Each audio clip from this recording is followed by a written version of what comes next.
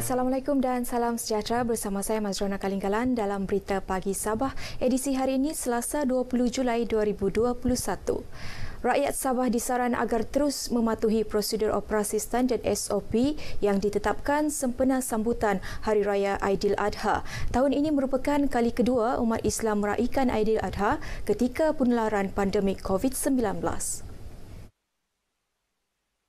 Aidiladha pada kali ini mengingatkan kita erti kesabaran dan berlapang dada dalam menempuh kesukaran hidup.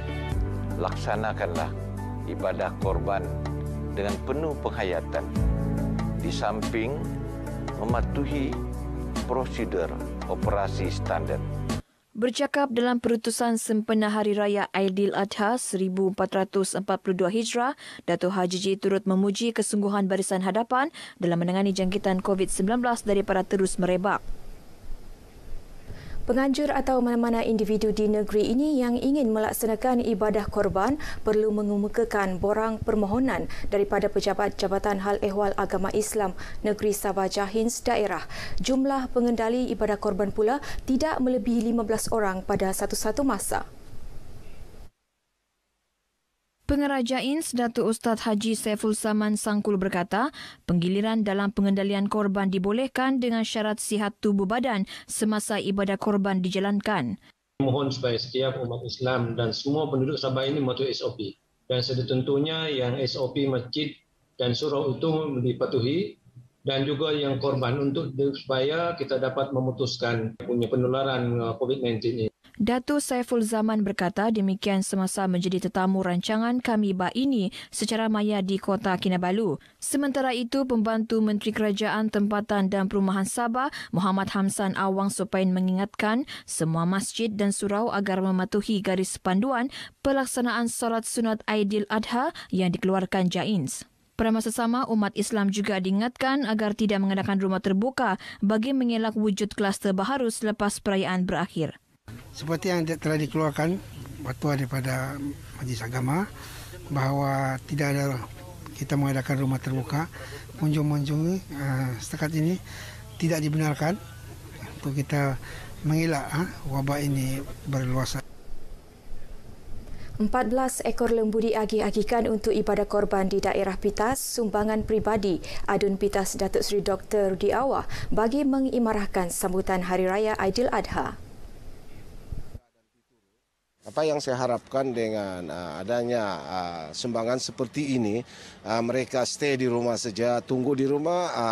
Pegawai-pegawai kita akan hantar daging korban ke rumah-rumah yang terjejas. Datuk Seri Dr. Rudi ditemui RTM selepas menyerahkan sumbangan lembu di Kampung Solim Podon, Pitas. Sementara itu, penduduk kampung yang ditemui amat bersyukur menerima sumbangan ini. Kami berterima kasih. Memang tidak dapat kami membalas kebaikan yang diberikan kepada masyarakat, khususnya penduduk Islam di kawasan Kanibungan dan persekitaran. Dengan adanya pemberian ini dapat memberi erti perayaan Aidiladha kepada orang-orang yang kurang mampu. Dan saya harap program ini dapat diteruskan lagi lah untuk pada masa yang akan datang. Dan kami sebagai NGO juga mengucapkan ribuan terima kasih kepada YB untuk membantu rakyat di saat-saat ini. Sumbangan korban ini melibatkan peruntukan RM65,000. Umat Islam yang berkemampuan diajak bersama-sama membantu golongan yang terkesan akibat penularan pandemik lebih-lebih lagi sempena sambutan Hari Raya Aidiladha.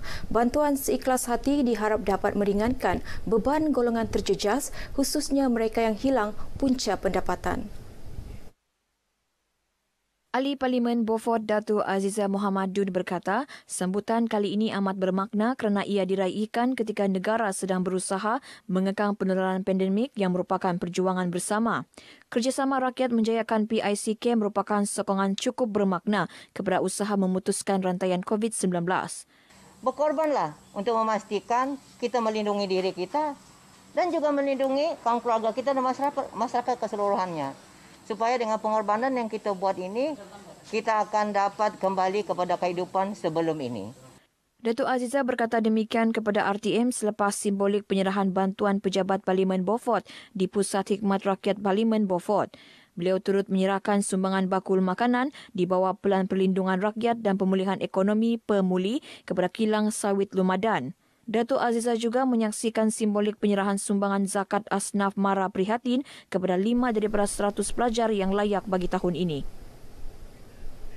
Kita beralih kepada perkembangan semasa COVID-19 di Sabah. 10 lokaliti dikenakan Perintah Kawalan Pergerakan diperketatkan PKPD bermula esok hingga 3 Ogos ini. Berdasarkan kenyataan Menteri Kerajaan Tempatan dan Perumahan Sabah, Datuk Seri Panglima Masdi Manjun, lokaliti terbabit termasuk 4 di Ibu Negeri iaitu Jalan Kampung Likas, Simpang 3, APAP Center, Taman Ujana Kingfisher Likas dan Kampung Salut Telipuk. 2 lokaliti di Sepitang melibatkan Kampung Marau dan Kampung Kebawang. 2 lokaliti di Penampang iaitu Beverly Hills Fasa 2 dan Cyber City Fasa 2, manakala selebihnya membabitkan Kampung Pitru Kinarut di Papar, Kampung Meruntum di Putatan. Sehingga semalam sebanyak 81 lokaliti dikenakan PKPD di seluruh negeri. Manakala PKPD di 2 lokaliti iaitu Kampung Baru Batu 2 Jalan Apas di Tawau dan Kampung Ijuk di Kota Belut ditamatkan mengikut jadual bermula hari ini. Dalam pada itu, sebanyak 651 kes baharu COVID-19 dilaporkan di Sabah semalam, menjadikan jumlah kumulatif kini 75,796 kes. 2 kluster baharu iaitu kluster Pahu di Kinabatangan dan kluster Angkasa di Papar serta 2 kematian turut dilapor semalam masing-masing di Kota Kinabalu dan Sepitang. Sementara itu, sejumlah 15,611 suntikan vaksin COVID-19 diberikan kepada penduduk Sabah semalam, menjadikan jumlah keseluruhan kini 75,796 suntikan. Berikut dipaparkan jumlah pendaftaran vaksin terkini serta bilangan penduduk yang lengkap 2 dos vaksin diikuti kes jangkitan harian mengikut daerah.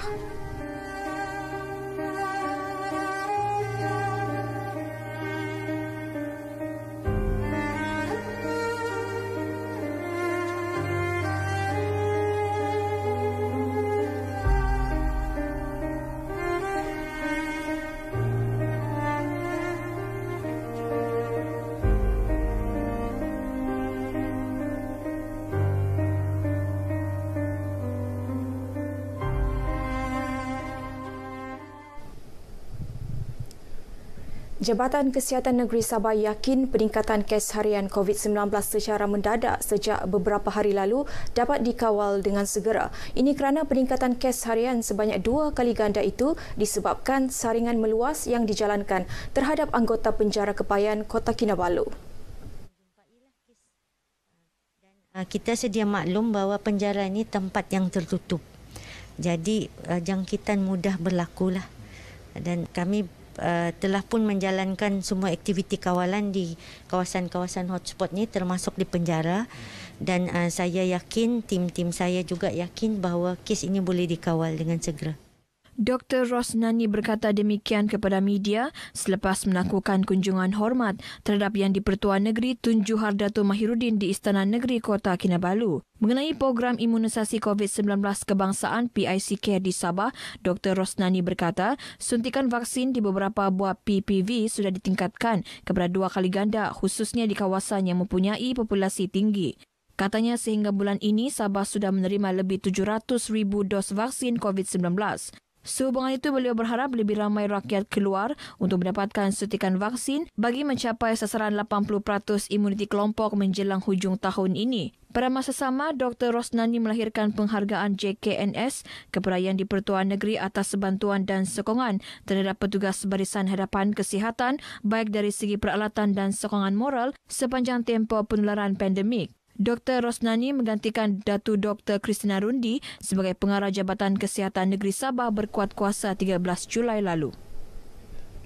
Pewujudan 6 pusat pemberian vaksin PPV di daerah Ladatu diyakini mampu mempercepatkan pencapaian sasaran imuniti kelompok. Ini kerana pembukaan PPV di kawasan strategik juga membolehkan lebih ramai penduduk pedalaman mendapat suntikan vaksin COVID-19. Ketua Bahagian Parti Pribumi Bersatu Malaysia Bersatu Lahadatu, Abdul Hakim Gulam Hassan turut memuji cara pengendalian PPV yang teratur tanpa mengabaikan sesi penerangan kepada para penerima vaksin. Kita telah melawat beberapa pusat vaksin di dalam daerah Lahadatu, termasuk di kawasan Dun Tungku yang mana kita dapat melihat sendiri pengurusan pusat vaksin begitu baik. Abdul Hakim berkata demikian selepas melawat PPV sekitar Parlimen Lahadatu.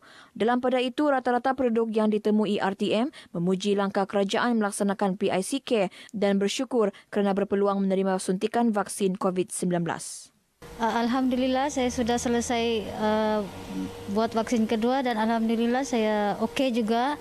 Dan okeylah semua. Sebelum ini bergegar jugalah, berfikir lagi okey ke ini tidak. Tapi semuanya sudah selesai dan saya sarankanlah yang belum ambil vaksin, ambillah vaksin. Gemetar, rasa takut juga, tapi saya ingin mencoba juga. Pastinya rasa okey jugalah. Macam rasa macam yang bebas lah. Tempat mengambil vaksin di sini sangat teratur, baik dan sangat tidak huru-hara lah. Pengurusannya sangat bagus lah. Perasaan itu memang mula-mula ada takut lah, tapi itu kan tanggung jawab kita semua sebagai rakyat Malaysia mesti mau ambil. 400 menara telekomunikasi baharu akan dibina di Sabah di bawah Pelan Jalinan Digital Negara Jendela. Pada masa sama, kerajaan negeri juga sedang berusaha menyelesaikan masalah komunikasi digital dengan menaik taraf. Lebih 2,000 menara telekomunikasi sedia ada. Kerajaan sedar liputan telekomunikasi di Sabah masih ketinggalan dan banyak kawasan masih tidak menerima capaian internet, termasuk di Pitas, di mana penduduk perlu ke kawasan tertentu sehingga memanjat pokok bagi mendapatkan capaian internet. Datuk Haji G berkata demikian ketika merasmikan Majlis Sambutan Hari Guru 2021 peringkat negeri secara maya di Kota Kinabalu. Sempena sambutan Hari Guru, beliau mengajak masyarakat agar terus menghormati guru walaupun dalam era siber masa kini. Baik, kami di RTM Sabah mengucapkan selamat menyambut Hari Raya Aidiladha. Terus patuhi SOP, lindung diri, lindung semua. Kita akhiri berita pagi Sabah dengan ucapan Hari Raya dari negeri di bawah bayu. Saya Mazrona Kalinggalan. Assalamualaikum dan salam hormat. Kami daripada Istana Negeri Kota Kinabalu mengucapkan selamat Hari Raya Aidiladha. Patuhilah SOP, kita jaga kita. Dan saya doakan semoga semua rakyat Malaysia, khususnya rakyat negeri Sabah, dapat menghindarkan dan juga dapat mengikuti SOP yang telah ditetapkan oleh kerajaan. Selamat Hari Raya Aidiladha. Patuhi SOP, kita jaga kita.